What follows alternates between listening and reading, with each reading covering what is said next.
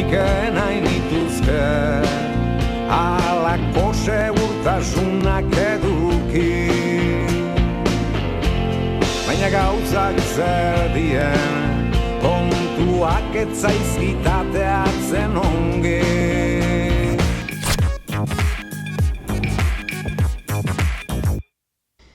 Lehengo batean albiste harrigarri bat ikusi nuen prentsan. Casio etxe famatuak, etxe japoniarrak, kalkulagailu bat atera duela euskaraz. Ni letretakoa naiz eta kalkulagailu entzuten dudanean hau bezalako gailu simpleak edo etortzen zaizkit burura. Eta claro, neure buruari esan nion, halako gailu simple baten non sartu daiteke ba euskara? Eta noski, gauza da, Casiok atera dituen kalkulagailu berri hauek ez direla simpleak hain zuzen ere. Kalkulagailu zientifikoak dira, eskolarako ikasleentzako pentsatuak, eta bi modelo ezberdin daude.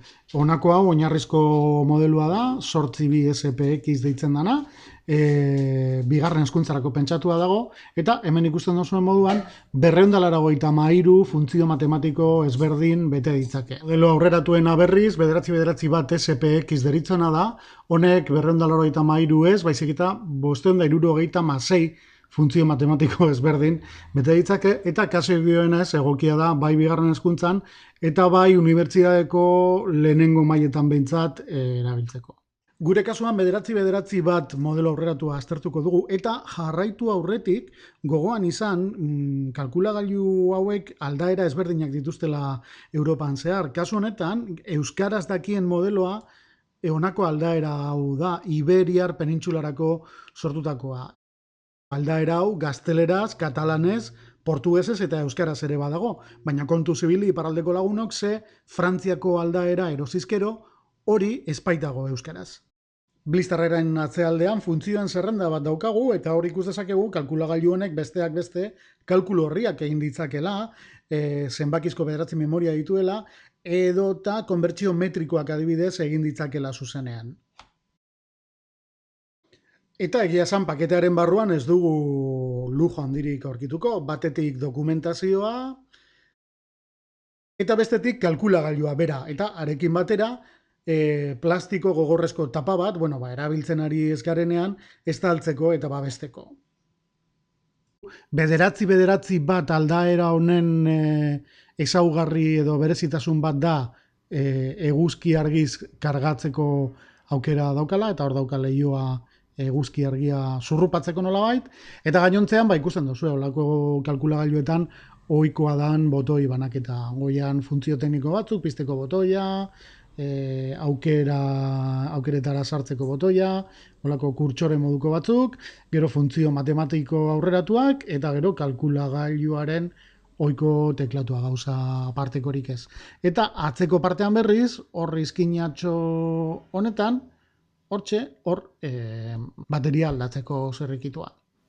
Sorpresa handiena nire ustez dokumentazioarekin hartuko dugu, nik behintzat ez usteko atsegin hartu dut, izan ere 4 hizkuntza dauzka kalkulagailuak eta 4 gidaliburu edo ezberdin, bat gazteleraz, beste bat katalanez, beste bat portugesez, eta azkena euskaraz ondo txukuna gainera, eta nahiko itzulpen lan handia dago hemen, eta lan tekniko, itzulpen tekniko handia.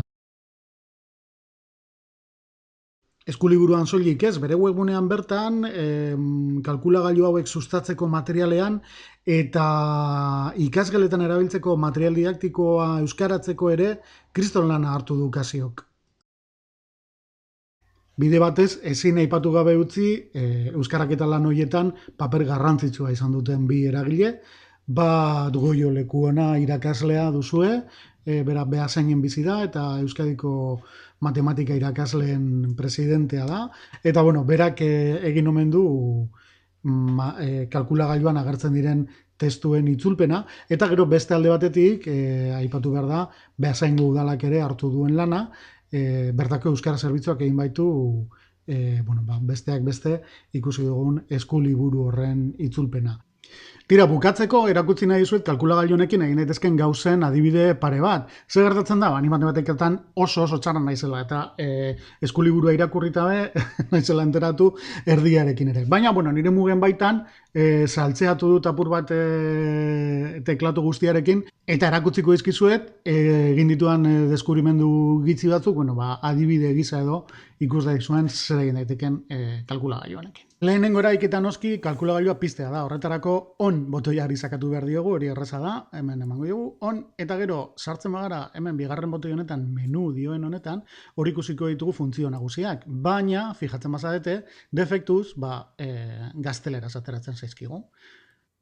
Konfigurazio menura sartu behar gara. Horretarako shift teklari emon, eta gero menu teklari berriz, eta hor daukagu hainbat pantalla konfigurazio ezberdinekin. Bera jarraituzkero, hemen pantaila honetan laugarren aukera idioma deritzona da, hau da hizkuntza, beraz, lau botoiari emango diogu, hor agertzen zaizkigu aukeran ditugun hizkuntzak, euskara hirugarrena da, beraz, hiruari sakatu, eta listo, badaukagu menuan sartzen bagara berriz, orain ikusten dozuenez ja, kalkulatu agertzen zaigu, kalkulagailu guztia euskaraz konfiguratuta daukagu jadanik. Pantailaren erresoluzioari esker, eraiketak kasi paperean bezala sar ditzakegu. Adibidez, jakin nahi badugu zenbat dan 3 laurden gehi 7, bakarrik sartu behar dugu hemen 3, gero bera laurden gehi 7, eta emaitza bi formatutan jasoko dugu. Zatikiak sartu ditugunez, zatikietan emango dugu emaitza lehenengo, baina desimaletan ere jakin nahi badugu, botoi honi sakatzea baino ez dago, eta berak egingo digu itzulpena. Egin dugun edozein kalkuluren pantaila internet bidez konpartitu dezakegu QR-ak erabiliz. Horretarako shift teklari emon eta gero QR teklari, eta hor agertzen zaigun kodea telefonoarekin eskaneatzea baino ez daukagu. QR kode horrek webgune batera eramango gaitu, eta webgune horretan ikusi ahal izango dugu kalkulagailuan atera zaigun pantaila berbera. Ni asko harritu nauen funtzio bat kalkulu horriena da. Hemen sartzen bagara menuan 8. aukeran, hemen ikusiko duzue, hor daude kalkulu horriak, orduan hortxe daukagu, Excel txiki bat gure poltsikoan. Balioak sartu ditzakegu, balio numerikoak, formulak, beste gelaskei erreferentziak. Hemen A1 gehi 5 jarriko dugu adibidez.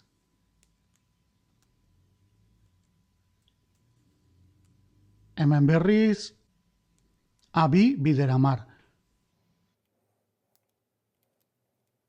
Eta ikusiko duzuenez, A1eko balioa aldatuzkero, beste balio guztiak ere aldatu egiten dira. Gainera zer? Gainera taula hau online konpartitu aldugu QR baten bidez, eta QR horrek ematen digun webgunetik gainera CSV edo Excelekin irakurtzeko fitxeroa ere eskuratu aldugu. Kuriosoa da, ezta? Sarritan hezkuntza ikateak eta euskara entzuten dugunean beti joaten zaigu burura, niri neure behintzat bai, ikate sofistikatuetara, ezta? Tabletetara, netbooketara, sistema eragile handietara, aplikazioetara, baina gero badira beste tresna batzuk, ziklo batzuetan behintzat egunero erabiltzen direnak, eta ez dakit simpleagoak direlakoan, edo ez dakit segatik, pur bat baztertuta ditugunak, edo guztiz ahaztuta, ez da? Eta, zentzu horretan niri aurrera pausu interesgarria iruditzen zait, aurrera pausu txiki handia nahi baduzue, Kasiok bere kalkulagailuak euskaraz jartzeko erabakia hartu izena. Aurrera pausu interesgarria, eta gainera pentsatzen dut, ate ireki bat izan daitekela, emetik urte batzuetara, beste antzeko produktu txiki batzuk ere euskaraz jartzeko. Besterik ez oraingoz, gogoratu Casio ClassWiz kalkulagailuak zuen ohiko paperdenetan topa ditzakezuela 25 euro inguruan, eta iparraldean baldin bazaudete ezahaztu euskaraz dagoen aldaera Iberiar penintsulari dagokiona da. Iberia hori daraman modeloa, bai, Frantziakoak ez daukala euskarazko aukerarik. Besterik ez momentuz, eskerrik asko bideoa ikusteagatik eta aurren arte.